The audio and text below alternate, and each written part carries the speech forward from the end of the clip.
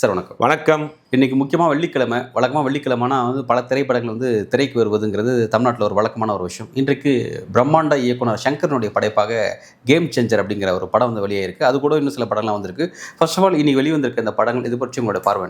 இல்லை, Vanangaan game changer இந்த Pongal holidays இப்போ இன்றைக்கி வந்து ஆரம்பிச்சிருச்சு. அடுத்த வாரம் திங்கக்கிழமை தான் நார்மல் மோடுக்கு தமிழ்நாடு வரும். கிட்டத்தட்ட ஒரு வாரம் தொடர்ந்து லீவு. அந்த லீவில் கிட்டத்தட்ட ஒரு டஜன் படம் வருது. ஏற்கனவே விடாமுயற்சி படம் பொங்கலுக்கு வர்றதாக இருந்து தள்ளி போனதுனால இப்போ சில படங்கள்லாம் கூட ரிலீஸ் பண்ண ஆரம்பிச்சிட்டாங்க. இப்போ வணங்கான் அண்ட் கேம் சேஞ்சர் 2 படம் ரிலீஸ் ஆகுது. இதில் முதல்ல நம்ம கேம் சேஞ்சரை பற்றி பார்த்துருவோம். கேம் சேஞ்சர் பொறுத்த வரைக்கும் பிரம்மாண்ட இயக்குனர் சங்கர் டைரக்ட் பண்ண படம். தில்ராஜின் ஒரு பெரிய ப்ரொடியூசர் அவர் டைரக்ட் பண்ணார். ராம் சரண் நடித்த படம். தமன் மியூசிக் பண்ண படம். இது ஒரு தெலுங்கு படம். எஸ்.ஏ. சூர்யா முக்கியமான ரோலில் பண்ணியிருக்காது. ஒரு தெலுங்கு படம். தமிழில் இந்த படம் டப் பண்ணி வந்திருக்கு. இந்த படத்தை இன்றைக்கி காலையிலேருந்து ரிலீஸ் ஆனதுக்கு பிறகு நம்ம பார்த்த பிறகு அதில் நிறையா ஏற்கனவே ட்ரெய்லர் வந்தப்போ 4-5 வீடியோ நான் பேசியிருந்தேன். இந்த ட்ரெய்லர் பார்க்குறப்ப நிறையா அவருடைய படங்களே ரீரிலீஸ் பண்ணுற மாதிரி ரீமேக் ஒரு படத்தை பண்ணல 4-5 படத்தை ரீமேக் பண்ணியிருப்பார் போல் அப்படின்னு ஒரு வீடியோ போட்டிருந்தேன். 2-3 சேனலில் பேசியிருந்தேன் அந்த மாதிரி. அதாவது இந்தியன், அப்புறம் முதல்வன், சிவாஜி, இந்த படங்களுடைய காட்சிகள் நிறைய ட்ரெய்லர்லேயே இருக்குது. படத்தில் இருக்குமோன்னு நம்ம நினச்சி போனோம். இந்த அட்லி ஜவான் ஒரு படம் பண்ணார். அவரது படம் இந்த மாதிரியான விமர்சனத்தை எதிர்கொள்ளுச்சு. அவருடைய அங்கே போன ஹிந்தியில் போனதுனால அது பெருசாக தெரியலை. இந்த படத்தில் பார்த்தீங்கன்னா முழுக்க முதல்வன், நிறையா சங்கருடைய பழைய படங்களுடைய சீனே கூட அதில் நிறைய அங்கங்கெல்லாம் இருக்குது. ட்ரெய்லர் பார்க்குறப்ப நமக்கு விமர்சனம் இருந்துச்சு. அந்த எண்ணத்தோட படமும் பார்க்குறப்ப ஏறக்குறைய அதுதான் உண்மை. ஒரு கதைன்னு பார்த்தீங்கன்னா ஒரு ஒன்லைன் கதை. ஒரு ஸ்ட்ரைட்டான ஒரு ஐஏஎஸ் ஆஃபீஸரு, ரொம்ப அநீதிகளுக்காக பொங்கக்கூடிய ஐஏஎஸ் ஆஃபீஸர், அதே மாதிரியான ஒரு அரசியல்வாதி. இவங்க 2 பேருக்குள்ள நடக்கக்கூடிய பிரச்சனை. ஒரு கட்டத்தில் மேலே அந்த ஐஏஎஸ் ஆஃபீஸர் எப்படி அரசியலுக்கு வருவாரா இல்லையாங்கிறது தான் ஒரு கதை. இதுக்கு பின்னாடி பார்த்தா இந்த ஐஏஎஸ் ஆஃபீஸருடைய அப்பா ஒரு பெரிய அரசியல்வாதியாக இருக்கிறாங்கிற மாதிரி ஒரு சின்ன ஃப்ளாஷ்பேக். இதுதாங்க ஒன்லைன் கதை. தமன் இந்த படத்துக்கு மியூசிக் பண்ணியிருக்காரு. தெலுங்கு படம்னா சத்தமாக தான் இருக்கணுங்கிற ஒரு ஃபார்மெட்டை வச்சுருக்காங்க. படம் ஃபுல்லாக ஒரே காதெலாம் இறைச்சல். ஆனால் அதில் பெரிய காமெடி என்னென்னா இவ்வளோ இறைச்சல்லையும் பக்கத்தில் அதை தூங்கிட்டு இருந்தான். இது படத்தோடைய மொத்தத்துக்கு நான் சொல்கிற விஷயம் என்ன, இது புரிஞ்சுக்கலாம். இதே நீங்கள் பார்த்து புரிஞ்சுக்கலாம். மொத்தத்துக்கு இந்த மாதிரியான ஒரு படம். ஃபர்ஸ்ட் ஆஃப் வரைக்கும் கூட ஏதோ கொஞ்சம் தெரியும். ஆனால் பாட்டு பிக்சரைஸ் பண்ண விஷயங்களில் கொஞ்சம் சங்கர் நல்லாவே பண்ணியிருக்காரு. Song picturising. பட் படம்னு பார்த்தா ஒன்றுமே இல்லை. ஃபர்ஸ்ட் ஆஃப் வரைக்கும் கூட அப்படி கிழிஞ்சு உட்காந்து அங்கே திரும்பி பார்த்துட்டு ஃபோனை நோண்டிட்டு ஓட்டிடலாம். செகண்ட் ஹாஃப்க்கு மேலெல்லாம் உங்களால் ரொம்ப நெளிய வைக்கிறது, சில இடங்களில் தூங்க வைக்கிது, சில இடங்களில் வெளியே எந்திரிச்சு போக வைக்குதுன்னு வச்சுங்களேன். அந்த மாதிரியான ஒரு படம் பண்ணியிருக்காரு. தமிழில் தான் இப்படி இருக்கா? தெலுங்கு ஆடியன்ஸ் இந்த படத்தை ஏற்றுக்கிட்டாங்கன்னா தெலுங்கு ஆடியன்ஸ் இதை ட்ரோல் பண்ண ஆரம்பிச்சிட்டாங்க. இப்போ காலையிலேருந்து அந்த படத்தை தெலுங்குலேயே ட்ரோல் ஆகிறோம். அதான் ஆச்சரியமாக இருக்குது. தெலுங்கு பல படங்களே ட்ரோல் படம் இருக்கும். படமே ட்ரோல் நம்ம ட்ரோல் பண்ணிட்டு இருந்த ஒரு காலத்தில் இப்போ ஏன்னா பாகுபலி மாதிரி, கேஜிஎஃப் மாதிரியான படங்கள் அங்கே பார்த்து பழக ஆரம்பிச்சது. இல்லை, இந்த ஓடிடி தளங்கள் வந்த பிறகு உலக சினிமாக்களை பார்க்க ஆரம்பிச்சிட்டாங்க. உலக சினிமாக்கள் பார்க்குறாங்க, அதை பற்றி விமர்சனங்கள் பார்க்குறாங்க. அப்படிங்கும் போது திருப்பி நீங்கள் ஒரு ஹெலிகாப்டர் ஒரு ரயில்வே ட்ராக்கில் லேண்ட் ஆகுது எப்படி இருக்கும்? ஓகே, இதெல்லாம் நீங்கள் ஹெலிகாப்டரில் ரயில்வே ட்ராக்கில் இருக்கால தூக்கிட்டு போகிற மாதிரியான காட்சி, ஹெலிகாப்டர்லேருந்து தவிர மாதிரியான காட்சி, பாலையா ஸ்பெஷல் மாதிரி இருக்குங்க. பாலையா ஸ்பெஷல்லாம் பாலையாவுக்கு ஒரு இமேஜ் இருக்குது. இப்போ ரஜினிகாந்த் சீரட்டை தூக்கி போட்டாருன்னா நீங்கள் ரசிப்பையும் கை தட்டுவோம் நம்மெல்லாம். அதே சீரட்டை வேற ஒரு நடிகர் தூக்கி போட்டாருன்னா அது காமெடி ஆயிரும். அதான் சந்தான சில நான்லாம் சொன்னால் சிரிச்சிருவாங்க பாரு, சூரி சொல்லுவார் இல்லையா, அந்த மாதிரி யார் சொல்கிறாங்க, யாருக்கு ஒரு இமேஜ் இருக்குன்னு இருக்கு. நீங்கள் ராம் சரணை வச்சுக்கிட்டு நீங்கள் அந்த மாதிரியான தமிழில் அவருடைய படத்தை பல படங்களில் 2 சீனாக எடுத்து போட்டு மிக்ஸ் பண்ணி ஒரு படத்தை கொடுத்துருக்காரு. இது பயங்கர ட்ரோலாக ஒரு விமர்சனமாக போயிட்டு இருக்கு. சங்கருக்கு என்னாச்சு? சங்கருக்கு அவ்வளோதானா? சங்கர் ஏற்கனவே இந்தியன் 2 கொடுத்து மிகப்பெரிய ஒரு ட்ரோலான ஒரு விஷயத்தை இந்த படத்தில் கொடுத்துருக்காருன்னா ஃபர்ஸ்ட் ஹாஃப் வரைக்கும் ஓரளவுக்கு ஓகே. ஆனால் செகண்ட் ஹாஃப்லாம் ரொம்ப நெளியக்கூடிய வைக்கிறவர். புதுசாக படத்தில் ஒன்றுமே கிடையாது. தமிழில் விஜய் நடித்த மதுரைன்னு ஒரு படம், விஜயகாந்த் நடித்த தமிழ் செல்வன் ஒரு படம், இப்படி பல அவர் எடுத்த முதல்வன் படம், அவர் எடுத்த சிவாஜி, அவர் எடுத்த பல படங்களுடைய காட்சிகள் எல்லாத்தையும் மிக்ஸ் பண்ணி போட்டு ஒரு ஃப்ரூட் மிக்சர் மாதிரி அதை சுவைப்படம் கொடுத்துருக்காருன்னா அது அந்த ஃப்ரூட் மிக்சர் சுவையாக இல்லை அப்படிங்கிறதா ஒன்று. மியூசிக் ஏற்கனவே இந்த கங்குவால பண்ண அதே வேலை தான். காது பூரா கொஞ்சம் தான் வெளியில் வர்ற மாதிரி பண்ணியிருந்தாரு. தமிழ் அந்த வேலையை பண்ணியிருக்கிறாரு. மியூசிக் டேரக்டருக்கு படம் ஆரம்பிக்கிறதுக்கு மியூசிக் டேரக்டருக்கு அட்வான்ஸ் கொடுக்குறப்பே 4-5 இன்ஸ்ட்ருமெண்ட் சேர்த்து வாங்கி கொடுத்துருவாங்க போல. அந்த மாதிரி தான் இருக்குது. இல்லை, நம்ம ஒரு பிரம்மாண்டமான படம், ஒரு 500 கோடி 300 கோடி செலவு பண்ணி பண்ணுற படங்கள், ஒரு 5 லட்ச ரூபா கொடுத்து ஒரு கதையாச்சிட்ட கதை வாங்கல என்ன இருப்பது? எத்தனையோ ரைட்டர்ஸ் இருக்காங்க, எவ்வளவோ கதைகள் இருக்குது. ஏன் உங்களுக்கு அந்த ஈகோ தடுக்கல? இல்லை ஆனால் சார் இப்போ இங்கே தான் எனக்கு ஒரு கேள்வி. இப்போ வந்து சங்கர் வந்து தொடர்ச்சியா நீங்கள் சொன்ன மாதிரி வந்து இந்தியன் டூவில் வந்து ஒரு ஃப்ளாப்பு, இந்தியன் டூக்கு முன்னாடி கூட கூட பெரிய அளவு எதிர்பார்ப்பு அவர் அந்நியன்ல இருந்து தொடர்ந்து படம் ஃபிளாப் தான் கொடுத்துட்டு இருக்காரு. அங்கேருந்து தான் அவர் இது போயிட்டு இருக்கு. அப்படின்னும் போது ஏன் வந்து இந்த மாதிரி லேக் அவர் ஆகிறாருன்ற ஒரு கேள்வி. இப்போ இந்த இடத்துல தான் வந்து பல சினிமா ஆர்வலர்கள், சினிமா ஆடியன்ஸ் வந்து என்ன ஒரு விஷயத்தை குறிப்பிட்றேன்னா, சுஜாதா மறைவுக்கு பிறகு சங்கர்கிட்ட வந்து கண்டென்ட்டே இல்லைன்ற இடத்துக்கு அவர் நகர்ந்துட்டாரோ, அவருடைய பேக் போனே இல்லாமல் போயிடுச்சோ அப்படிங்கிற மாதிரி சொல்கிறாங்க. இப்போ இந்த இடத்துல தான் வந்து சங்கர் வந்து தன்னோட விஷயத்தை கோர் கரெக்ஷன் பண்ணணும்னு நினைக்கிறீங்களா? இல்ல, அது தவறான வாதம். சுஜாதாலாம் சங்கர் வந்து உருவான முதல் படம் சுஜாதா கிடையாது தெரியுமா உங்களுக்கு? முதல் படம் ஜென்டில்மேன் படம் சுஜாதா கிடையாது, பாலகுமாரன். காதலன் தான் வரணும். பாலகுமாரன் எழுதுறாரு. காதலன் பாலகுமாரன் எழுதுறாரு. இந்தியன்லாம் சுஜாதா வர்றாரு. அப்ப 2 படம் சக்சஸ் பண்ணிட்டாரு. அப்ப சுஜாதா எல்லாம் 2 படம் சக்சஸ் பண்ணலையா? மிகப்பெரிய ஹிட் ஜென்டில்மேன். முதல் படத்தையே வந்து நீங்க குருன்னு ஒரு படம், கமலஹாசன் ஸ்ரீதேவி நடிச்ச படம், அந்த படத்தை தான் ஏறக்குறைய அந்த படம் அப்படியே இருக்கும் ஜென்டில்மேன். குரு படத்துல பாத்தீங்கன்னா காலையில வந்து கமலஹாசன் ஒரு மிகப்பெரிய ஒரு பிசினஸ் மேனா இருப்பாரு, நைட்ல பார்த்தா கொள்ளடிப்பார். அதுல ஒரு சேலஞ்சிங்கான ஒரு சீன் இருக்கு. ஒரு தங்க மீனை வந்து ஒரு இதுல இருக்கு, கயிறை கட்டி இருக்குவாங்க. இதே மாதிரியான ஒரு இது வந்து ஒரு படத்துல பணம் இருக்கு. இது விஜய் ஒரு அர்ஜுன் போய் அந்த இடத்துல கொள்ளையடிப்பாரு. அது அம்மாவுக்காக வந்து அவர் ஒரு மாட மாளிகை கட்டுவார். இது வந்து அம்மா நினைவார்த்தமாக ஒரு ஹாஸ்பிட்டல் கட்டுவார். அப்போ காலையில் வந்து அப்பளம் வைப்பார், சாயங்காலம் வந்து ஒரு திருடா இருப்பார். அந்த அந்த படமும் ஏறக்குறையது. அந்த படத்தில் அதே மாதிரி திருட போகிறதுக்கு கூட துணைக்கு வந்து ஒய்ஜி மகேந்திரன் வருவார். இந்த படம் துணைக்கு வந்து கவுண்டம் பண்ணி வருவார். ரெண்டுமே ஒரே ஏறக்குறைய அதே மாதிரியான கதைகள் தான். ஆனால் அந்த ஜென்டில்மேன் என்ன பண்ணார்னா, அன்னைக்கு ஏஆர் ரஹ்மான் பீக்கில் இருக்காரு. 5 பாட்டு போட்டு கொடுக்குறாரு. 5 பாட்டு கிட்டு கிராஃபிக்ஸில் பண்ணுறாங்க. ஜீவான் ஒரு கேமராமேன், அவர் வந்து கிராஃபிக்ஸில் டான்ஸில் ஆட வைக்கிறார் பிரபுதேவாவை. அப்படி இந்த பாட்டு, இந்த டெக்னாலஜி அதெல்லாம் சேர்ந்து அந்த படத்துக்கு மிகப்பெரிய ஒரு ஸ்கிரிப்ட் வைஸ் பார்க்குறப்ப படம் நல்ல படம் தான். அடுத்த படம் காதலன் பண்ணுறார். காதலன் சுமாரான படம் தான். அப்படி போயிட்டு இருக்கப்போ தான் அந்த 2வது இந்தியனில் ஒரு கூட்டணி அமையுது. இந்தியனில் ஒரு கமலஹாசனுங்கிற ஒரு லெஜெண்ட் உள்ளே வர்றாரு. கமலஹாசன் உள்ளே வந்தாருன்னே அவர் ஸ்கிரிப்டில் உட்காருவார், டிஸ்கஷனுக்கு உட்காருவார். அதுக்கு பிறகு சுஜாதா ஒரு ரைட்டர் வர்றாரு, அவரும் உள்ள உட்காராரு. ஏன் சுஜாதா வந்து மீடியா ட்ரீம்ஸ்னு ஒரு கம்பெனியுடைய சிஓவா எம்டியா போட்டிருந்தாங்க, ஒரு அமெரிக்கன் கம்பெனி. அந்த கம்பெனி நிறைய படங்கள் பண்ணாங்க. இவர் தான் கதை கேட்டார், செலக்ட் பண்ணார். அந்த மீடியா ட்ரீம்ஸ் கம்பெனி ஊற்றி மூடிட்டாங்க. அதில் பண்ணப்பட்ட 1-2 படங்களை தவிர எல்லா படம் ஃப்ளாப். அந்த எல்லா படத்தையும் கதை கேட்டவர் சுஜாதா. ஏன் அவரால் நல்ல கதையை தேர்ந்தெடுத்து நல்ல படத்தை உருவாக்க முடியல? அது தவறான ஒரு வாதம். ஓகே, அப்போ நல்ல எழுத்தாளருங்கிறதுல மாற்று கருத்தே கிடையாது. மிகச்சிறந்த எழுத்தாளர், மிகச்சிறந்த ஒரு அறிவியல் ரைட்டரு, அதெல்லாம் மாற்று கருத்து கிடையாது. இந்த படம் வந்து எல்லாரும் சேர்ந்து பண்ணப்பட்ட படங்களில் சுஜாதாவும் பங்களிப்பு இருந்தது.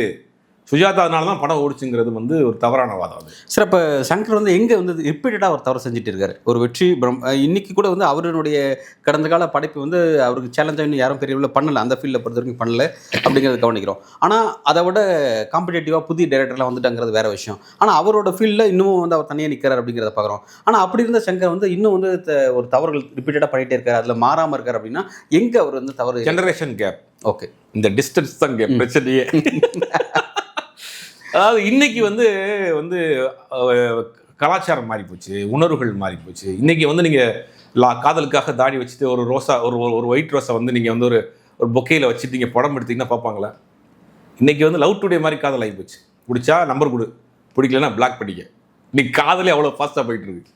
அப்படிங்கும் போது படங்கள் பார்க்கக்கூடிய பார்வையில் நீங்கள் இப்போ ஒரு 20 வருஷத்துக்கு முன்னாடி நீங்கள் எடுத்த படத்தை திருப்பி நீங்கள் எடுத்து வச்சுன்னு யார் பார்ப்பா?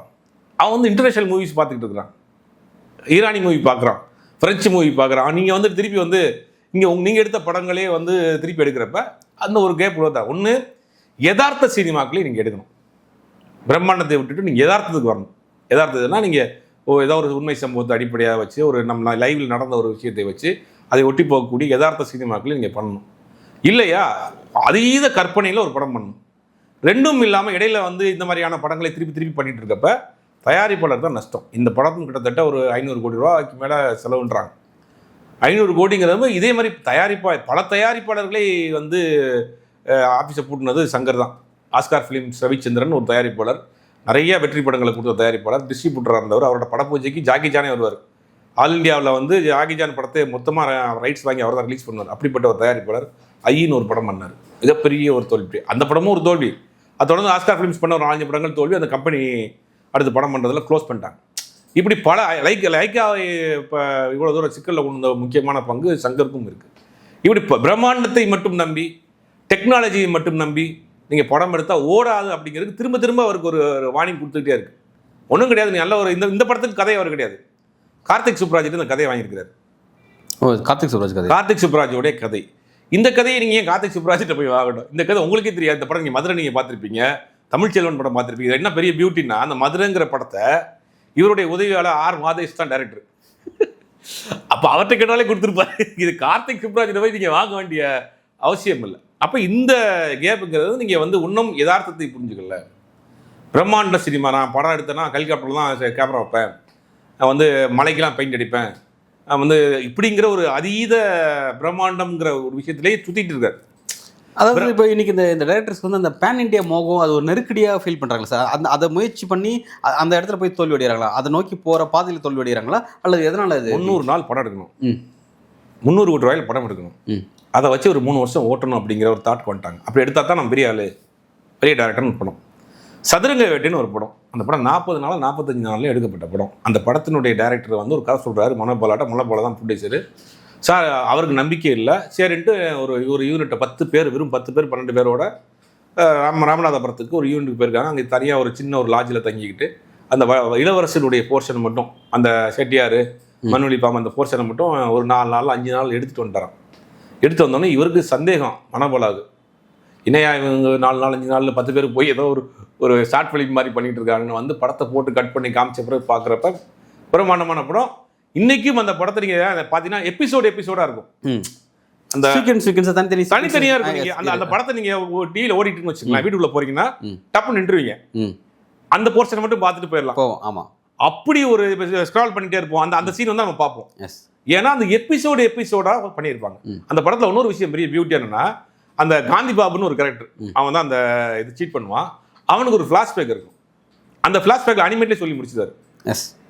ஆர்ட் டைரக்டர் கதிர் நினைக்கிறேன், கதிரா அவர் தான் வந்து அந்த படத்துடைய அந்த ஃப்ளாஷ்பேக் டைரக்டர் மட்டும் அவர் மட்டும் தான் ஒர்க் பண்ணி கொடுத்தாரு. அந்த அனிமேட்ல 2Dல அது ரொம்ப பெருசான அனிமேட்லாம் கிடையாது. அமெரிக்காவில் போயெல்லாம் வந்து அனிமேஷன்லாம் பண்ண கிடையாது. 2Dல ஒரு சின்ன அனிமேஷன் பண்ணி ஒரு கார்ட்டூன் மாதிரி ஒன்று போட்டு இவனுக்கு ஒரு அப்பா இருந்துச்சு அம்மா இருந்துச்சு இறந்து போனாங்க. நான் என்ன சொல்ல வரேன் கதை, இவன் ஃப்ராடு, இவன் எப்படி ஃப்ராட் பண்ண போறாங்கிறது தான் கதை. இவனுக்குடைய ஃப்ளாஷ்பேக்லாம் எனக்கு இம்பார்ட்டன்ட் கிடையாது. இப்போ நீங்கள் அவனுடைய ஃப்ளாஷ்பேக்கு ஒரு அமௌண்ட்டை ஒதுக்கி அது ஒரு 10 நாள் செட்டு போட்டு அது ஒரு படமாக எடுத்து அதுக்கு ஒரு 50 லட்சம் செலவழிக்கிறதுக்கு அது தேவையில்லை. ஆடியன்ஸ்க்கு அந்த விஷயத்தை கன்வே பண்ணணும், அவ்வளோதான். இப்போ சமீபத்தில் ஒரு பிரம்மாண்ட படம், ஒரு 300 நாள் எடுத்த படம், அந்த படத்தினுடைய ஒரு காட்சி 20 நிமிஷம் போகுது. அந்த காட்சியில் பார்த்தீங்கன்னா நைட் எஃபெக்டில் ஃபாரஸ்ட்டில் பேசிக்கிட்டே வர்றாங்க, 20 நிமிஷம் பேசுகிறாங்க. நீங்கள் நைட் எஃபெக்டில் ஃபாரஸ்ட்டுக்கு நீங்கள் உண்மையான ரியலாக ஃபாரஸ்ட்டில் போய் எடுக்க வேண்டிய அவசியமே இல்லையே, இருட்டாக தானே இருக்குது எங்கே பார்த்தாலும். சென்னையிலையோ ஒரு சில்ட்ரன்ஸ் கார்டன்லையோ எங்கேயாவது வச்சு அந்த படத்தை முடிச்சிடலாமா? இதுக்கு ஒரு பெரிய யூனிட்டை கூட்டு போய் ஒரு 10-20 கேரவனை போட்டு அது பெர்ஃபெக்ஷன் பார்க்குறேன், அதை எனக்கு கிரியேட்டிவிட்டி வரல அப்படி அந்த போர்ஷன் மட்டும் ஒரு 20 நாள் 30 நாள் எடுத்தால் தயாரிப்பாளர் என்ன ஆவார்? அப்போ கிரியேட்டிவிட்டி வேற பிரம்மாண்டம்ங்கிறத முதல்ல புரிஞ்சுக்கணும். கிரியேட்டிவிட்டிக்கு பிரம்மாண்டம் தேவைப்பட்டால் பயன்படுத்தலாம், பிரம்மாண்டத்துக்காக கிரியேட்டிவிட்டியை உருவாக்கக்கூடாது. இவங்க தொடர்ந்து பண்ணக்கூடிய சில இயக்குநர்கள் வந்து தயாரிப்பாளர்களை அழிச்சிட்டு இருக்காங்க. தமிழ் சினிமாவினுடைய தயாரிப்பாளர்கள் அழிச்சிட்டு இருக்காங்க. இந்த மாதிரியான ஆட்கள்னால தான் ஏவிஎம், சூப்பர் குட்டு, சத்யஜோதி போன்ற நிறுவனங்கள் படம் எடுக்கிறது நிப்பாட்டாங்க. தயாரிப்பாளர் நீங்கள் படம் எடுத்துகிட்டு படத்தை போட்டு காட்ட மாட்டேங்கிறாங்களா? தயாரிப்பாளர் நான் 50 கோடி போட்டு படம் எடுத்துருக்கேன், படத்தை போட்டு காட்டினா முடியாது, நீங்கள் வந்து கரெக்ஷன் சொல்லுவீங்க, படத்தை பாட்டு கேட்க மாட்டேங்க, எண்டில் பாருங்கள், சென்சாருக்கு முன்னாடி பாருங்கள், இப்போலாம் டிஸ்டர்ப் பண்ணாதீங்க. இந்த ரேஞ்சுக்கு போயிடுச்சு. ஓகே, அதாவது சரி, அப்படி ஒரு விஷயத்தை ஸ்பேஸ் வந்து எடுத்துக்கிறாங்க அப்படின்னா அந்த படத்தை சக்ஸஸ் ஆக்கி காட்டணும். ஒரு படம் ஒன்றா போதும். ஓகே, அடுத்து அவங்க ஆட்டத்தை ஆரம்பிச்சாங்க. முதல் படத்தை இந்த சேட்டையெல்லாம் காட்டுறது கிடையாது. ரெண்டாவது படத்துல சேட்டையெல்லாம் ஆரம்பிக்கிறது. இப்போ முந்தைய தேவர் ஃபிலிம்ஸ்னு ஒரு கம்பெனி, தேவர் ஃபிலிம்ஸில் என்னென்னா ஒரு கம்பெனி மாதிரியே செயல்பட்டுச்சு. ஒரு 4 ரைட்டர், கலைமணி, கலைஞானம் போன்ற பெரிய சீனியரான ரைட்டர்ஸை மாத சம்பளத்துக்கு அங்கே வச்சுருந்தாங்க. ஒரு 4 பேர் காலையில் நினச்சி வேலைக்கு போகிற மாதிரி வந்துடுவாங்க. வந்தவொடனே அவங்க உட்காந்து கதை பேசுவாங்க. இன்றைக்கி இந்த கதை என்ன, ஏதாவது ஒரு கதை இருக்காப்பா, இந்த கதை பண்ணுவோம், இந்த கதை பண்ணுவோம், ஒரு கதை பேசி ஒரு கதையை பண்ணுவாங்க. தேவர் என்ன பண்ணுவார்னா எம்ஜிஆர்கிட்ட போய் எனக்கு ஒரு படம் பண்ணி கொடுங்க. ஓகே, படம் பண்ணணும். அப்போ இவர் வந்து சொல்லுவார், அப்பா எம்ஜிஆருக்கு ஒரு படம் பண்ணுற ஒரு கதை பண்ணுங்க. அப்போ இவங்க 4 பேர் சேர்ந்து ஒரு 10 நாளில் ஒரு மாதத்தில் ஒரு கதையை ரெடி பண்ணி எம்ஜிஆர்கிட்ட போய் சொல்லுவாங்க. இப்போ எங்கேருந்து ஆரம்பிக்குது? கதையிலிருந்து தான் ஒரு படம் ஆரம்பிக்குது. இங்கே என்ன ஆகுதுன்னா, இயக்குனர் இவரை வச்சு படம் பண்ணுவோம், அதுக்கு பேர் என்னென்னு கதைன்னு பார்த்துக்குறோம், அதுக்கு பேர் என்னென்னு. இப்போ இன்னொரு சமீபத்தில் ஒரு செய்தி, அந்த டேரக்டர் பேரும் வேணாம், தயாரிப்பாளர் பேரும் வேணாம், நான் சொல்கிறேன். அந்த தயாரிப்பாளர் வந்து ஒரு 2 வருஷத்துக்கு முன்னாடி ஒரு 20 கோடி ரூபா ஒரு டேரக்டருக்கு அட்வான்ஸ் கொடுத்துருக்காரு. 2 வருஷமும் படம் பண்ணல, இன்னைக்கு நிறைய அதில் புக் பண்ணப்பட்ட நடிகருக்கும் முதல்ல இப்போ வந்த படம் செம்ம அடி, அந்த டேரக்டருக்கும் இப்போ சமீபத்தில் வந்த படம் செம்ம அடி, அந்த பட்ஜெட்டும் பெருசாக போய் நிற்கிது. திருப்பி அந்த படத்தை ஆரம்பிக்க போகிறாங்க. இப்போ அந்த 20 கோடி ரூபாய்க்கு இந்த 2 வருஷம் இன்ட்ரெஸ்ட் என்னாச்சு? சினிமாவில் 5% மேலே போகும் இன்ட்ரெஸ்ட். இந்த 20 வருஷத்துக்கு 2 வருஷத்துக்கு முன்னாடி வாங்கின அந்த 20 கோடிக்கு இன்ட்ரெஸ்ட் என்னாச்சு? இப்போ அவர் முதல்ல பட்ஜெட் கொடுத்துருப்பார்ல, இந்த பட்ஜெட்டில் இப்போ இந்த படத்தை எடுக்க முடியுமா? அந்த ஹீரோக்கு வேல்யூ கிடையாது, பெருசாக மார்க்கெட் கிடையாது. சமீபத்தில் வந்த படங்கள் பெரிய தோல்வி. அந்த டேரக்டருக்கும் அந்த பெருசாக இப்போ மார்க்கெட் கிடையாது. இப்போ இந்த ப்ராஜெக்ட் மூவ் ஆகுமா, அந்த பட்ஜெட்லேயே பண்ணுவாங்களாங்கிற ஒரு பெரிய கேள்விக்குறி. இப்போ மாட்டிக்கிட்டு இருக்க பணம் அவருடைய தயாரிப்பாளருடைய பணம். அப்போ நீங்கள் ஒரு படத்தை நீங்கள் எடுக்கிறா இருந்தனா ஒரு டேரக்டரை கூப்பிட்டோம், கதை கேட்டோம், ஓகே ஆச்சுன்னா படத்தை ஆரம்பித்தோம், ஒரு 3 மாதம் 4 மாதத்தில் முடிச்சோங்கிறத போட்டு வருஷக்கணக்கில் படம் எடுக்கிறேன், பிரம்மாண்டமான படம் எடுக்கிறேன் அப்படிங்கிறதுனால நல்ல ப்ராடக்ட்ஸ் வெளியே வர மாட்டேங்குது. நல்ல கதைகள் வச்சிருக்கக்கூடிய எத்தனையோ கதைகள் இருக்குது, எத்தனையோ கதை ஆசிரியர்கள் இருக்காங்க, எத்தனையோ உதவி இயக்குநர்கள் இருக்கிறாங்க, அவங்களுடைய கதையெல்லாம் இந்த மாதிரி வரமாட்டேங்குது. ஆனால் சார் இப்போ இந்த மாதிரி இடத்துல வந்து இப்போ சில இயக்குநர்கள் ஸ்பெசிஃபிக்காக சொல்லணும், இல்லை வெற்றிமாறன் போன்ற நபர்கள்லாம் வந்து ஒரு நாவலை படிச்சுட்டு இல்லை அந்த நாவலை யாராவது வந்து ப்ரிஃபர் பண்ணி அதை கேட்டுட்டு அதனுடைய மைய கருத்தை மட்டும் எடுத்துகிட்டு அப்புறம் தன்னோட சொந்த கிரியேஷன் மூலமாக ஒரு விஷயத்தை படைக்கிறாங்க. இப்போ அது வந்து மார்க்கெட் ரீதியாக வெற்றி பெறுது, மக்கள்கிட்டையும் வரவேற்பு பெறுது. இந்த ஸ்ட்ராட்டஜி எப்படி இப்படி ஒரு விஷயத்தை நோக்கி நகராங்களா, அதை எப்படி பார்க்குறீங்க? ரைட், அது ஒரு நியாயமான விஷயம் தான். நாவலை தழுவியோ ஒரு கதையை தழுவியோ எடுக்கிறதுல வந்து ஆல்மோஸ்ட் அதில் ஒரு உயிர் இருக்கும். ஒரு எழுத்தாளர் ஒரு கதையை எழுதுறாரு அப்படின்னா அவர் அதை பற்றி பெரிய ரிசர்ச் பண்ணி அந்த பக்கம் போய் ஒரு கதையை எழுதி வச்சிருப்பார். அதுல இருந்து இன்ஸ்பயர் ஆகி நீங்கள் ஒரு படமாக பண்ணுறப்போ அது வந்து யதார்த்தத்தோட ஒட்டி இருக்கும், மக்களை போய் கனெக்ட் ஆகும். அது சரியான வழிமுறை. ஆனால் அடுத்தடுத்து ஒரு படத்துக்கு பண்ணுறாங்க, அடுத்த படம். இந்த இடத்துல மணிவண்ணன் அவர்களை பதிவு பண்ண நிறைய இடங்கள் நான் சொல்லியிருக்கேன். மணிவண்ணன் வந்து பேசிக்காக வந்து அவர் வந்து ஒரு ரைட்டர். நிழல்கள் படத்துக்கு தான் அவர் உதயவளர் செய்தார். நிழல் படத்துடைய கதை வசம் இவர் தான். அந்த படம் மிகப்பெரிய தோல்வி. பாரதி ராஜா என்ன சொல்கிறாரு, அந்த கூட இருக்க ஆட்கள்லாம் மணிவண்ணன் வச்சு படம் பண்ணீங்க, தோல்வி ஆயிடுச்சு, அடுத்த படத்துக்கு ஒரு பயன்படுத்த வேணாம்னு எந்த தோல்வி அடைஞ்ச கதையாசிரியரோ அதே கதையாசிரியை வச்சு ஒரு வெற்றி படத்தை கொடுக்குறேன்னு அழகில் ஓவியர்னு ஒரு படம் பண்ணுறாரு. அந்த படத்தை கதை வச்சுதான் மணிவண்ணன். படம் சூப்பர் டூப்பர் கிட்ட அந்த படத்துக்கு ஸ்டேட் அவார்டு வாங்குறாங்க, 7-8 அவார்டு வாங்குறாங்க. அதுக்கு பிறகு ஒரு பெரிய ஒரு டைரக்டர் ஆகிட்டார். ஒவ்வொரு படத்துக்கும் ஒவ்வொரு ஜானரில் படம் பண்ணுவார். ஒரு படம் பார்த்தீங்கன்னா கோபுரங்கள் சாயுதன்னு ஒரு ஃபேமிலி ட்ராமா பண்ணுவார். ஒரு பக்கம் 100வது நாள் த்ரில்லர் படம் பண்ணுவார். ஒரு பக்கம் அமைதி படம் ஒரு பொலிட்டிக்கல் படம் பண்ணுவார். ஆனால் என்ன தெரியுமா உங்களுக்கு பியூட்டினா, அவர் ஒரு பேசிக்காக ஒரு ரைட்ரு. ஆனால் அவர் வெளியிலேருந்து கதையாசிரியர்கிட்ட கதை வாங்குவார். நான் கதையாசிரியர், நான் படிக்கிறேன், எனக்கு எல்லா அறிவு இருக்குது அப்படிங்கிறதுக்காக நானே கதையாசிரியர் எழுத மாட்டேன்.